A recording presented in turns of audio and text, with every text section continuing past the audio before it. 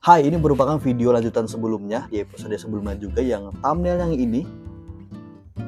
Dimana di video itu saya menceritakan bahwa saya jadi pembicara dengan tema public speaking. Yang mana pada sesi pertama penyampaian materi dan sesi keduanya adalah saya namakan itu konsepnya adalah the box. Dimana para peserta, para pengikut acara DAD tersebut dan para audiens menuliskan apapun di kertas. Boleh itu pernyataan, boleh itu pertanyaan, aspirasi, pernyataan, atau apapun itu, semuanya bebas ditulis di kertas. Dan sekarang saya sudah menerima beberapa kertas tersebut.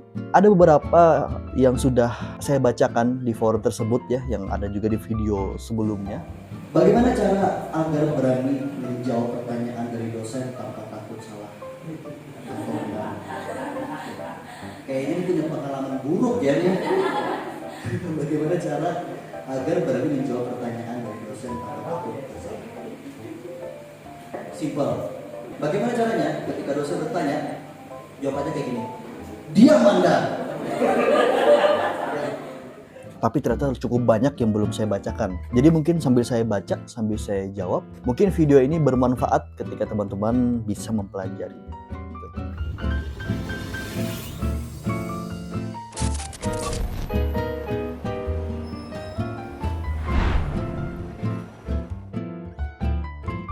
Hai, welcome back to my channel bersama saya Irfan Yazid dalam konten Doi Diary of Irfan Yazid, di mana kali ini saya akan coba baca-baca ya tulisan-tulisan para kader IMM ya di acara DAD 2023. DAD itu kepanjangannya adalah Darul Akrom Dasar yang diadakan oleh panitia IMM setiap tahunnya untuk mencetak kader-kader atau penerus IMM yang berkualitas, berintelektual dan juga tentunya keren.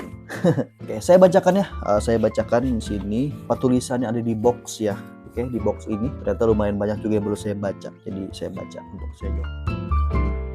Oke, saya bacakan yang pertama ya. Bagaimana cara agar kita pede berbicara di depan orang banyak? Bagaimana caranya? Oke, langsung saya jawab aja. Untuk memunculkan rasa pede, teman-teman harus menemukan fashion teman-teman ya. Sedikit cerita waktu itu ya, bagaimana saya menemukan kepercayaan diri saya. Saya menemukan potensi saya, ternyata saya lumayan bagus bermain gitarnya waktu SMA ya.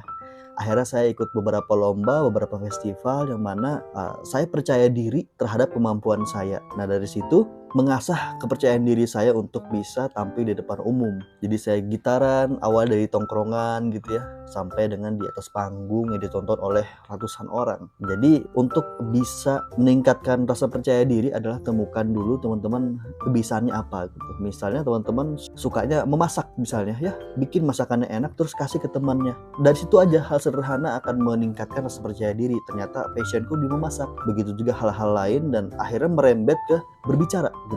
Bagaimana menyampaikan sesuatu apa yang isi pikiran kita gitu. Jadi kunci percaya diri, temukan dulu fashion kesukaannya. Kalaupun tidak ada, berarti coba temukan hal-hal kecil yang bisa kayaknya teman-teman percaya diri untuk menge-show tersebut, untuk memberikan kepada orang-orang. Jadi di situ nanti akan merambat kemana-mana. Dari hal sederhana teman-teman ya, dimana saya percaya diri dengan permainan gitar saya show ke orang lain, itu meningkatkan rasa percaya diri. Karena rasa percaya diri itu muncul ketika teman-teman merasa, wah aku jago di bidang ini.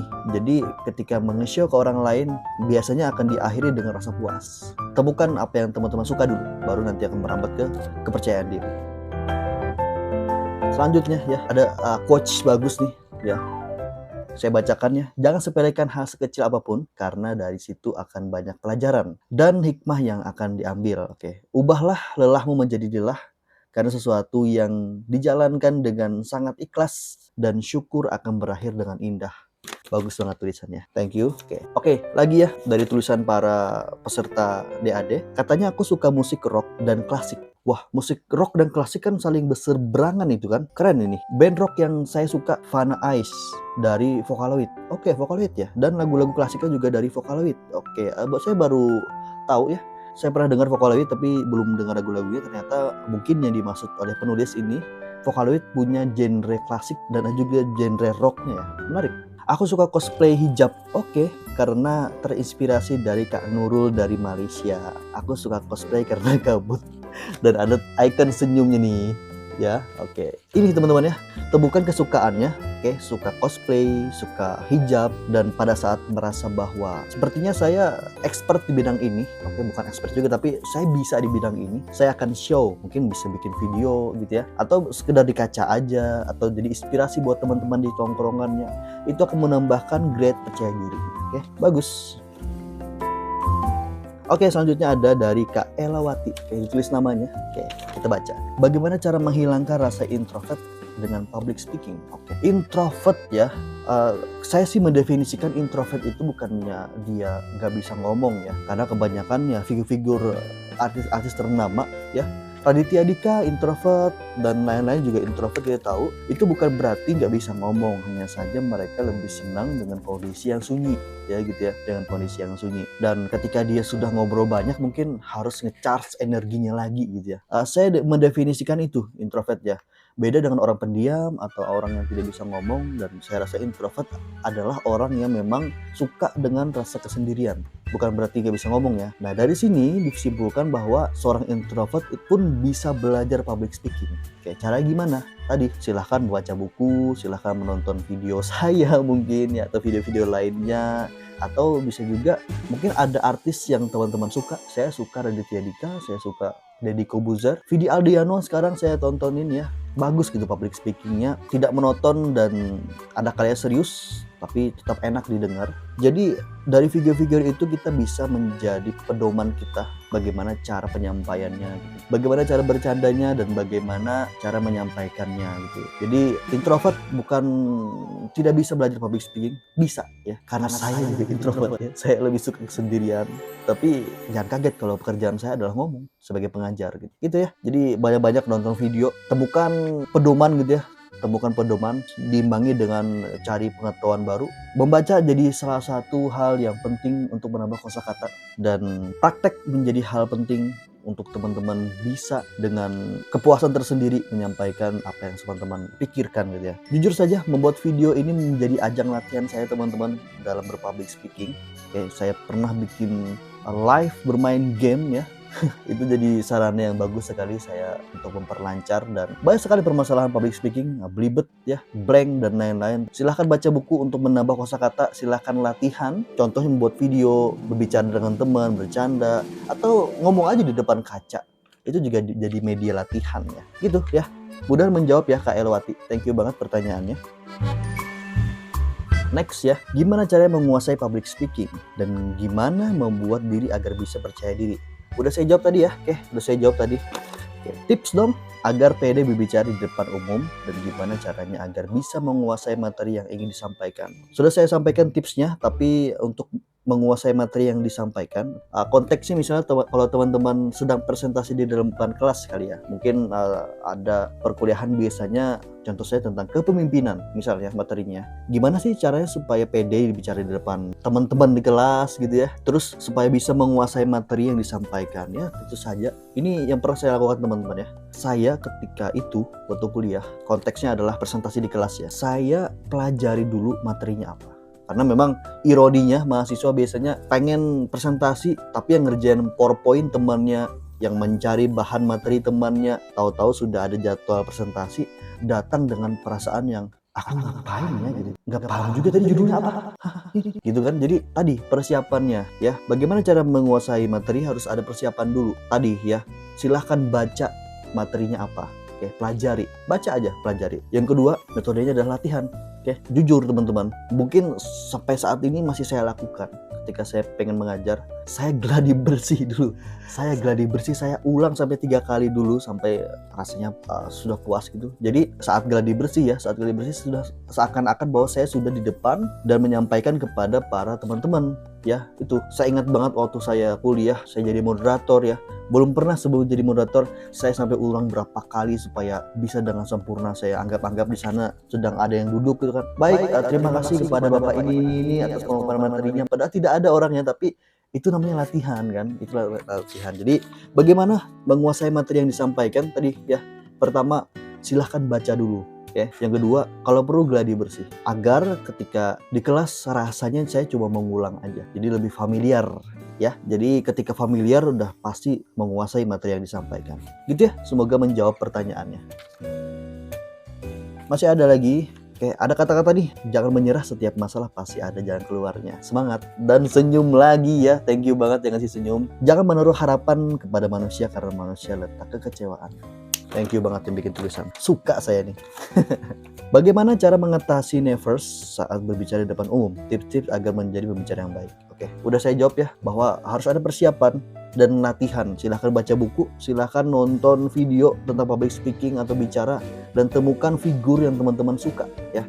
Saya suka Raditya Dika, oke, cara dia pembawaannya membuat entah kenapa ya, Raditya Dika, Deddy Corbuzier punya kesamaan. Setiap bintang tamu yang diundang di YouTube, entah kenapa mereka tuh bisa bilang bintang tamunya ini tidak lebih pintar dari saya gitu. Padahal tanpa bilang kamu bodoh gitu. Teknik mereka adalah bagaimana bintang tamunya terlihat bodoh sedangkan akhirnya kita bisa terlihat pintar gitu. Itu wah, teknik public speakingnya luar biasa tuh ya. Oke, selanjutnya dari Dila Nur Amanda, apa hubungan interior dengan public speaking ya? Ini saya bahas juga teman-teman di dalam video sebelumnya ya. Oke, silahkan yang teman-teman lihat. Oke, ini ditulis oleh Anantasia Lisa ya. Saya ingin menyanyi diiringi gitar oleh Bapak Irfan. Wah, thank you banget Lisa. Oke, sudah dibahas di video sebelumnya ya. Dan ini yang terakhir teman-teman ya. Bagaimana cara bikin skrip mendadak? Ini ya, pertanyaan ini hanya dilakukan oleh orang yang sudah berpengalaman, sudah sangat menguasai public speaking, dan sudah orang yang expert sekali. Bahkan ya teman-teman, saya yang di bidang pendidikan ya, yang pekerjaan yang ngomong, yang harus menguasai public speaking, juga kadang-kadang merasa takut terhadap bikin skrip yang mendadak seperti ini. Oke. Semua hal perlu dipersiapkan dengan matang dan baik. Semua hal. Bahkan di video sebelumnya, saya mengkonsep tentang, teman-teman kan saya kasih kertas, oke, terus saya kasih 5 menit untuk menulis apa yang pengen ditulis. Saya pikirkan konsepnya bahwa pasti ada suatu kesunyian ya. Saya pikirkan konsepnya, saya setel musik Ghibli kayak untuk menemani itu ya, biar kerasa di Gramedia. Tapi Gramedia bukan Ghibli juga ya, tapi saya rasa Ghibli merupakan musik yang sangat-sangat indah untuk didengarkan. Itu juga persiapan teman-teman, semuanya dipersiapkan dengan matang, semua dipersiapkan dengan jauh-jauh hari ya. Dan pertanyaannya, kalau strip mendadak bagaimana ya, saya sampaikan ini adalah hal yang hanya boleh dilakukan oleh orang-orang yang sudah berpengalaman. Nah, bagaimana caranya? Tentu saja tidak ada yang bisa bagus kalau mendadak. Oke, semuanya perlu persiapan. Caranya adalah menggunakan metode yang sebelumnya sudah dipersiapkan. Jadi hitungannya tidak mendadak juga, karena pengalaman mengajarkan kita tentang suatu fenomena agar kita bisa mempersiapkannya lagi di lain waktu. Saya punya 2 konsep ya pengajaran, teman-teman bisa lihat konsep saya yang thumbnailnya ini tentang public speaking.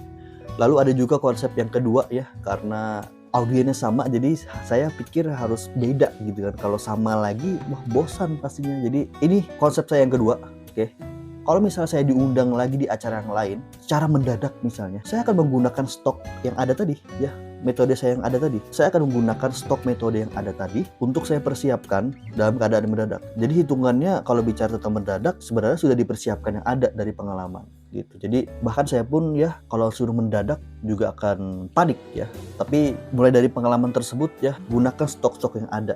Caranya yang saya sampaikan di sini adalah solusi untuk menghindari atas keterdadakan tersebut. Kayak caranya adalah ya, teman-teman harus mempersiapkan jauh-jauh hari kalau misalnya plan-plan itu terjadi.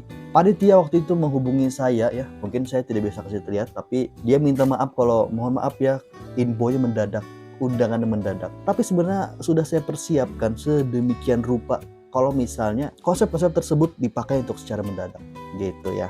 Jadi tetap ya, pengalaman adalah guru terbaik. Oke, semuanya udah habis di sini ya. Sudah saya bacakan semuanya. Oke, dan agaknya cukup panjang juga video kali ini. Terima kasih untuk teman-teman sudah mendengarkan, mudah bisa menjawab dan bisa menjadi pembelajaran untuk teman-teman terkait public speaking. Kita akan berjumpa lagi di video dan konten selanjutnya bersama saya Irfan. Jangan lupa like,